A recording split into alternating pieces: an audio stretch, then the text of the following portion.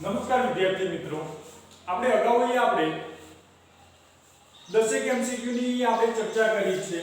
Next આપણે MCQ ની અંદર આપણે વાત કરીએ 11 કે 1 લિટર પ્રોપેન વાયુનું સંપૂર્ણ દહન કરવા 0 સેલ્સિયસ અને 1 વાતાવરણ તાપમાને ખાલી 2 લિટર ઓક્સિજનની જરૂરિયાત પડે તો એ આપણે દહન પ્રક્રિયા આપણે કરવી છે. પ્રોપેન કે જેની માટે આપણે ફોર્મ્યુલા આપેલી છે C3H8. દહન જે છે એ આપણે ઓક્સિજનની પ્રેઝન્સમાં એ આપણે દહન પ્રક્રિયા કરવામાં આવે છે. તો પ્રોપેનનું એ આપણે ઓક્સિજનની હાજરીમાં જો એ આપણે દહન કરીએ છીએ તો અગાઉના ધોરણની અંદર એ આપણે ભણી ચૂક્યા છીએ તે પ્રમાણે કે CO2 અને H2O એ આપણને પ્રાપ્ત થશે નિપજમાં. તો અહીંયા સમીકરણ જે છે એ આપણે સંતુલિત આપણે કરીએ કે આ પ્રક્રિયક છે અને આ નિપજ છે. તો પ્રક્રિયકની અંદર કાર્બન 3 મોલ છે, નિપજની અંદર એ આપણને 1 મોલ છે, તો એ આપણે 3 મોલ્સ કરી નાખીએ. પ્રક્રિયકની અંદર હાઇડ્રોજન 8 મોલ છે, અહીંયા હાઇડ્રોજન 2 મોલ છે, તો એ આને 4 વડે મલ્ટીપ્લિકેશન કરી દઈએ તો 4 * 2 8 મોલ્સ થઈ જશે. તો નિપજની અંદર એ આપણને ઓક્સિજન 3 * 2 6 6 + 4 10 થશે. જ્યારે પ્રક્રિયકની અંદર એ આપણને 2 મોલ્સ આપેલા છે તો એને 5 વડે આપણે મલ્ટીપ્લિકેશન કરીએ તો 1 લિટર પ્રોપેનનું જ્યારે સંપૂર્ણ દહન કરવા માટે અહીં આપણે 5 લિટર ઓક્સિજનની જરૂરિયાત પડશે. કેટલા લિટરની જરૂરિયાત પડશે? 5 લિટર ઓક્સિજનની આપણને જરૂરિયાત પડશે. નેક્સ્ટ એમસીક્યુ ની અંદર આપણે વાત કરીએ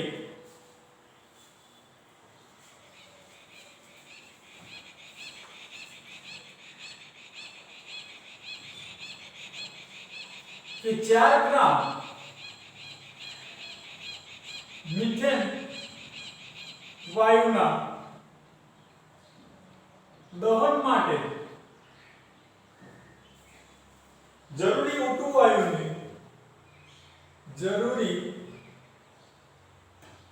વાયુનું STPA કદ કેટલું હશે?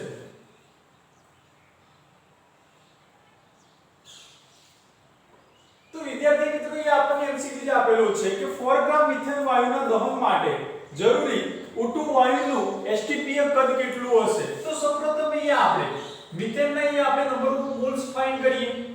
તો મિથેનના મોલ આપણે લખીએ છીએ વજન ભાગ્યા આણ્વીય દળ. વજન અહીંયા આપણને આપેલું છે 4 ગ્રામ છે. આણ્વીય દળ મિથેનનું આપણે જાણીએ છીએ 16 ગ્રામ છે. તો આપણને આન્સર મળશે 0.25 મોલ. હવે અહીંયા આપણે વાત કરીએ કે મિથેન જે છે મિથેનનું આપણે સંપૂર્ણ દહન કરીએ તો CH4 plus twice mole O2 that gives CO2 plus twice mole H2O. તો 1 મોલ મિથેનના દહન માટે 1 મોલ મિથેનના દહન માટે 2 મોલ ઓક્સિજન જરૂરિયાત છે.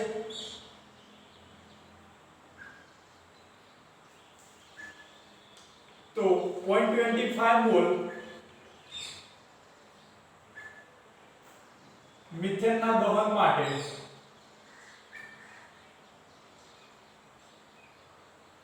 કેટલા જરૂરી થશે? તો અહીં આપણે લખી શકીએ કે 0.25 * 2 તો ये આપણને આન્સર મળશે 0.50 મોલ. અહીં આપણે આન્સર કલેક્ટ કરી શકીએ છીએ. તો ये આપણે STPA O2 વાયુનું આપણે કલેક્ટ કરવું છે. તો 50 મોલ્સ ઓક્સિજન વાયુનું STPA કદ = 0.50. STPA આપણે કદ જે છે 22.4 લિટર છે તો 22.4 તો અહીંયા આપણે આન્સર મેળવી શકીએ છીએ 11.2 લિટર. અહીંયા આપણે આન્સર આપણને મળશે. તો 4 ગ્રામ મિથેન વાયુના દહન માટે 11.2 લિટર ઓક્સિજન વાયુનું કદ આપણને જરૂરી છે. નેક્સ્ટ આપણે એમસીક્યુ ની અંદર આપણે વાત કરીએ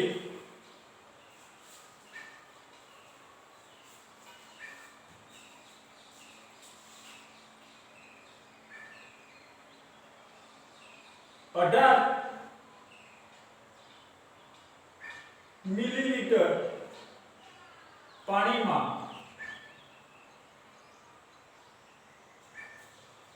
હાજર ઇલેક્ટ્રોનની કુલ સંખ્યા કેટલી?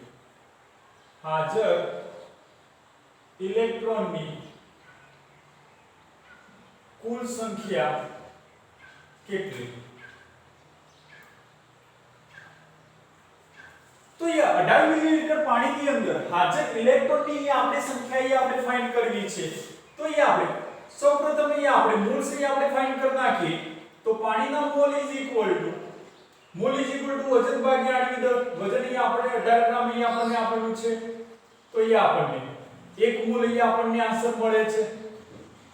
તો આપણે લખી શકીએ કે પાણીના અણુમાં H2O ના અણુમાં 2 મોલ હાઇડ્રોજન ને 1 મોલ ઓક્સિજન જોડાયેલા છે. તો 2 મોલ હાઇડ્રોજનના 2 ઇલેક્ટ્રોન અને ઓક્સિજનના 8 ઇલેક્ટ્રોન એમ કુલ ઇલેક્ટ્રોનની સંખ્યા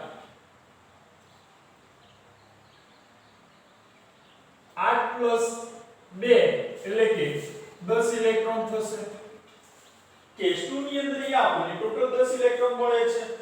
તો આપણે લખી શકીએ કે therefore કે H2O ના એક અણુમાં H2O ના 10 ઇલેક્ટ્રોન હોય તો 6.0 22 ગુણ્યા 1023 ઘાતે કેટલા હોય? તો આપણે મલ્ટીપ્લિકેશન આપણને થશે 6.022 * 1023 * 10. તો આપણે આન્સર આપણે કલેક્ટ કરી શકીએ છીએ 6.022 ગુણ્યા 1024 ઘાત ઇલેક્ટ્રોન આપણે મેળવી શકીએ છીએ. તો 18 મિલીલીટર પાણીમાં 6.022 ગુણ્યા 1024 ઘાત ઇલેક્ટ્રોન ની આપણે સંખ્યા આપણે કલેક્ટ કરી શકીએ છીએ. નેક્સ્ટ આપણે વાત કરીએ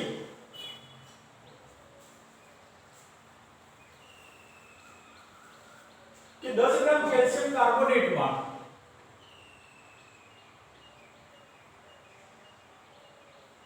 10 ગ્રામ કેલ્શિયમ કાર્બોનેટમાં પ્રોટોનની સંખ્યા કેટલી થશે? તો આપણે કેલ્શિયમ કાર્બોનેટ ની અંદર આપણે નંબર ઓફ પ્રોટોન્સ આપણે ફાઇન્ડ કરવા છે.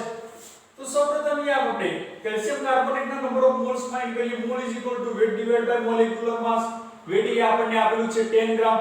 કેલ્શિયમ કાર્બોનેટ કે જેનું માસ થશે મોલેક્યુલર માસ થશે 100. તો આપણે આન્સર આપણે મેળવી શકીએ છીએ 0.1 મોલ આપણને મળશે. હવે આપણે લખી શકીએ કે 1 મોલ ની અંદર કે 1 મોલ બરાબર એવોગાડ્રો નંબર 6.022 ગુણ્યા 1023 ઘાત. તો 0.1 મોલ બરાબર કેટલા થશે? તો 0.1 મોલ બરાબર હાઉ મેની? તો આપણે આન્સર મેળવી શકીએ છીએ 0.1 * 6.022 * 1023.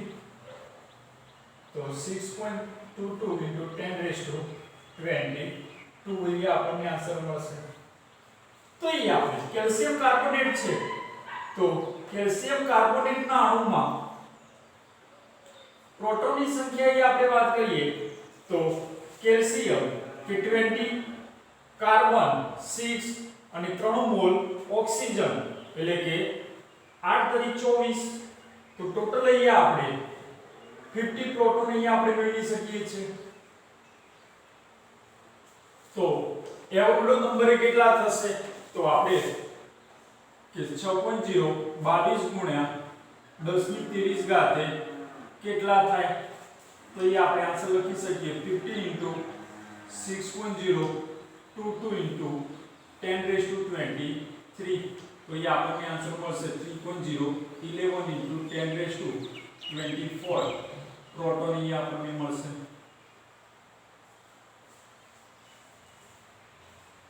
નેક્સ્ટ આપણે MCQs ની અંદર આપણે વાત કરીએ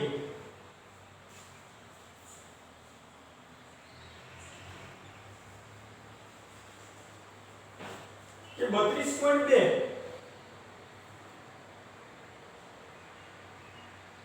ગ્રામ Na2SO4 into 10H2O જેને આપણે ગ્લોબલ સોલ્ટ તરીકે ઓળખીએ છીએ ગ્લોબલ સોલ્ટ માં કેટલા ગ્રામ ઓક્સિજન હોય કેટલા ગ્રામ ઓક્સિજન હોય તો વિદ્યાર્થી મિત્રો એ આપણને 32.2 ગ્રામ ગ્લોબલ સોલ્ટ ની અંદર કેટલા ગ્રામ ઓક્સિજન હોય ગ્લોબલ સોલ્ટ કે જેની અંદર આપણને ફોર્મ્યુલા આપેલી છે Na2SO4 10H2O તેની અંદર આપણે ઓક્સિજન અહીં આપણે ફાઇન્ડ કરીએ તો 10 મોલ અને 4 એટલે કે 14 મોલ્સ અહીં આપણને આપેલા છે તો એ આપણે ગ્લોબલ સોલ્ટ કે જેની માટે આપણને માસ અહીં આપણે કલેક્ટ કરી શકીએ છીએ 322 ગ્રામ તો 322 ગ્રામ Na2SO4 into 10H2O માં 14 ઓક્સિજન કે જેનું માસ છે 16 એટલે કે 222 ગ્રામ અહીં આપણને મળે છે ઓક્સિજન સોરી 224 ગ્રામ અહીં આપણને ઓક્સિજન અહીં આપણને મળે છે તો આપણને આન્સર છે કે 32.2 ગ્રામ Na2SO4 into 10H2O માં કેટલા થશે તો 32.2 into 224 divided by 322 તો ये આપણે 15 ગ્રામ અહીં આપણને ઓક્સિજન અહીં આપણને મળશે સોરી આપણને આન્સર મળશે 22.2 ગ્રામ અહીં આપણે ઓક્સિજન અહીં આપણે કલેક્ટ કરી શકીએ છીએ તો 32.2 ગ્રામ Na2SO4 કે જેનું માસ અહીં આપણે ફાઇન્ડ કરીએ છીએ 322 એટલે કે 322 ગ્રામ Na2SO4 10H2O માં ઓક્સિજન જે છે 14 છે ઓક્સિજન કે જેનું માસ અહીં આપણે 16 લઈએ એટલે કે 224 ગ્રામ ઓક્સિજન છે તો 32.2 ગ્રામે કેટલા થશે તો એ આપણે આન્સર મેળવી શકીએ છીએ 22.4 ગ્રામ નેક્સ્ટ અહીં આપણે વાત કરીએ कि x ग्राम कैल्शियम कार्बोनेट ने x ग्राम कैल्शियम कार्बोनेट ने गरम करता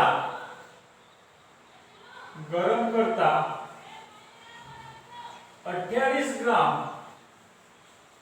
घन पदार्थ મળે છે 28 ગ્રામ ઘન પદાર્થ મળે છે तो x बराबर કેટલા થશે તો ये આપણે કેલ્શિયમ કાર્બોનેટ કે એને આપણે હીટ કરવું છે તો એની માટે આપણે ફોર્મ્યુલા લખીએ તો કેલ્શિયમ કાર્બોનેટ કે જેનું આપણે વિઘટન એટલે કે ડીકમ્પોઝિશન પ્રક્રિયા કરવામાં આવે તો એ આપણને કેલ્શિયમ ઓક્સાઇડ અને CO2 વાયુ મળશે કેલ્શિયમ કાર્બોનેટ કે જેનું માસ છે 100 ગ્રામ CaO જેનું માસ થશે 56 ગ્રામ અને CO2 કે 44 ગ્રામ થશે તો એ આપણે લખી શકીએ કે 56 ગ્રામ CaO કેલ્શિયમ ઓક્સાઇડ ઘન પદાર્થ મેળવવા માટે 100 ગ્રામ કેલ્શિયમ કાર્બોનેટ ને ગરમ કરવા પડે તો 28 ગ્રામ ઘન પદાર્થ મેળવવા માટે કેટલા થશે તો 56 ગ્રામ CaO કેલ્શિયમ ઓક્સાઇડ ઘન પદાર્થ માટે 100 ग्राम CaCO3 गरम करवा पड़े માટે 28 ગ્રામ ઘન પદાર્થ માટે કેટલા થશે તો 28 into 100 divided by 56 तो ये આપણે આન્સર મેળવી શકીએ છીએ 50 ગ્રામ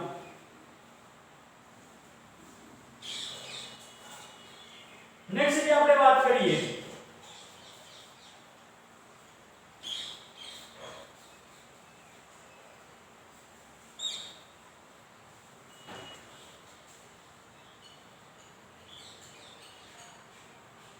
હેબર પદ્ધતિમાં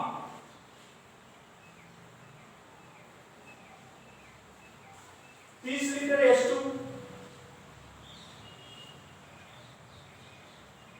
30 લિટર N2 સાથેની પ્રક્રિયાથી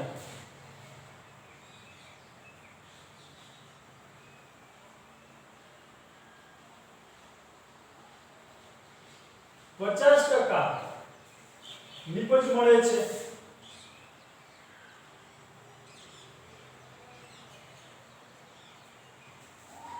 તો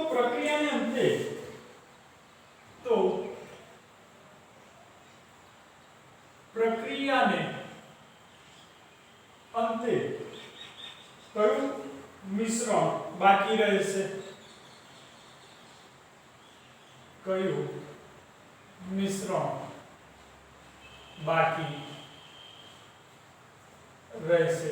તો વિદ્યાર્થી મિત્રો અહીંયા આપણને કે હેબર પદ્ધતિ આપણને આપેલી છે કે એની અંદર 30 લિટર H2 અને 30 લિટર N2 સાથેની પ્રક્રિયાથી આપણને 50% આપણને નિપજ મળે છે. તો એ આપણે લખી શકીએ કે N2 3 moles H2 that gives અહીંયા આપણને 2 moles અહીંયા આપણને એમોનિયા વાયુ મળે છે. એટલે કે 1 લિટર N2 સાથે 1 લિટર N2 સાથે 3 લિટર હાઇડ્રોજન સંયોજાય 3 લિટર હાઇડ્રોજન સંયોજાય 2 લિટર એમોનિયા બનાવે છે. તો આમ 10 લિટર N2 સાથે 30 લિટર હાઇડ્રોજન સંયોજાય 20 લિટર એમોનિયા બનાવે છે. પરંતુ પ્રક્રિયામાં 50% નિપજ પ્રાપ્ત થાય છે.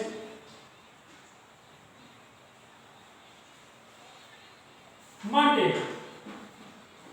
અહીં આપણે લખી શકીએ કે 10 લિટર એમોનિયા બનાવવા માટે કે 10 લિટર એમોનિયા બનાવવા માટે 5 લિટર N2 વપરાય છે. 5 લિટર કે 10 લિટર એ આપણે એમોનિયા બનાવવો હોય તો એનું અડધું 5 લિટર એ આપણને એમોનિયા વપરાય છે. તો માટે પ્રક્રિયા થયા વગરનો N2 કે પ્રક્રિયા થયા વગરનો N2 જે છે એ 25 લિટર થશે. પ્રક્રિયા બાકી પામેલ જે હાઇડ્રોજન છે કે પ્રક્રિયા પામેલ હાઇડ્રોજન 15 લિટર થશે અને બાકી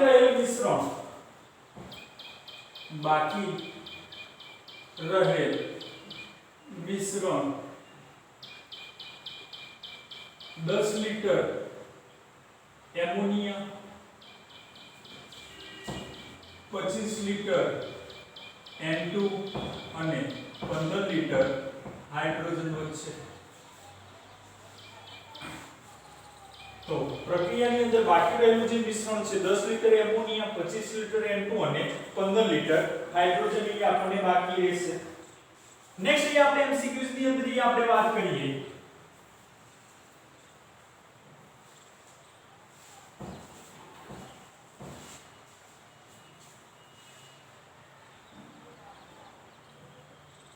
એક વાયુ મિશ્રણમાં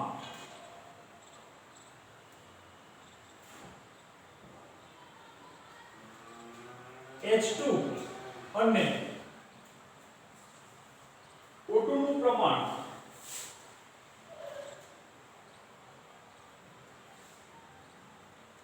1:4 weight by weight છે. તો આ મિશ્રણમાં તેમનો તો આ મિશ્રણમાં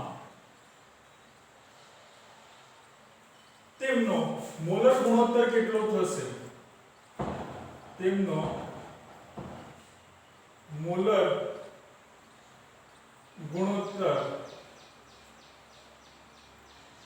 કેટલો થશે? તો એ મિશ્રણ અહીંયા આપણને આપેલું છે H2 અને O2.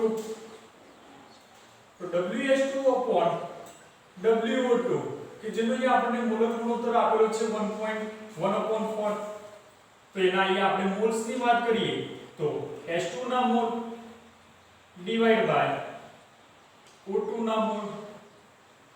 H2 ના mole is equal to weight divide by molecular mass. Weight એ આપણને આપેલું છે 1 ગ્રામ, એનો આણ્વિક દળ થશે 2. ઓક્સિજન ના મોલ એ આપણને આપેલા છે મોલ એટલે કે વજન એ આપણને આપેલું છે 4 ગ્રામ, એનું આણ્વિક દળ થશે 32. તો એ આપણે આન્સર એ આપણે મેળવી શકીએ છીએ 4:1. નેક્સ્ટ એ આપણે વાત કરીએ કે વિકદના પાત્રમાં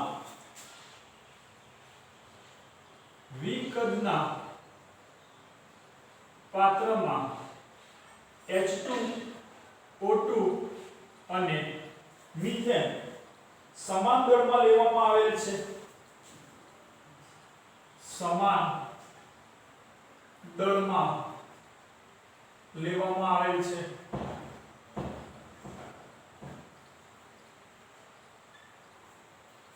તો 27 સેલ્સિયસ તાપમાને 27 સેલ્સિયસ તાપમાને H2O2CH4 H2O2CH4 વાયુના કદનો ગુણોત્તર ખાલી જગ્યા થાય. તો એ આપણે વાત કરીએ કે વિકદના પાત્રમાં H2O2 અને મિથેનના સમાન દળમાં લેવામાં આવેલા છે. તો 27 સેલ્સિયસ તાપમાને H2O2 અને મિથેન વાયુના કદનો ગુણોત્તર કેટલો થશે? તો અહીંયા આપણે લખી શકીએ કે H2 ના moles is equal to weight divide by 2 થશે.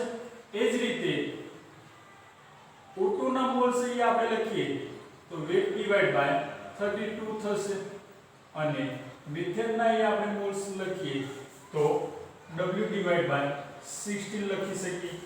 તો therefore બધાનો અહીંયા આપણે ગુણોત્તરની વાત કરીએ કે W2 જેમ W32 જેમ W ડિવાઇડ બાય 16. તો એ આપણે એનો સાદો ગુણોત્તર એ આપણે લખી શકીએ 16 જેમ 1 જેમ 2 એ આપણને ગુણોત્તર એ આપણને મળશે. એલસીએમ લઈ લેશો તો. અને લાસ્ટ એ આપણે એમસીક્યુ ની અંદર એ આપણે વાત કરીએ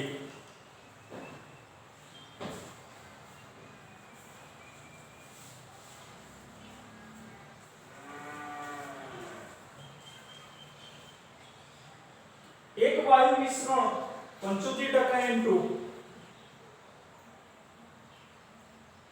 એક વાયુ મિશ્રણ 75% N2 25% O2 ધરાવે છે.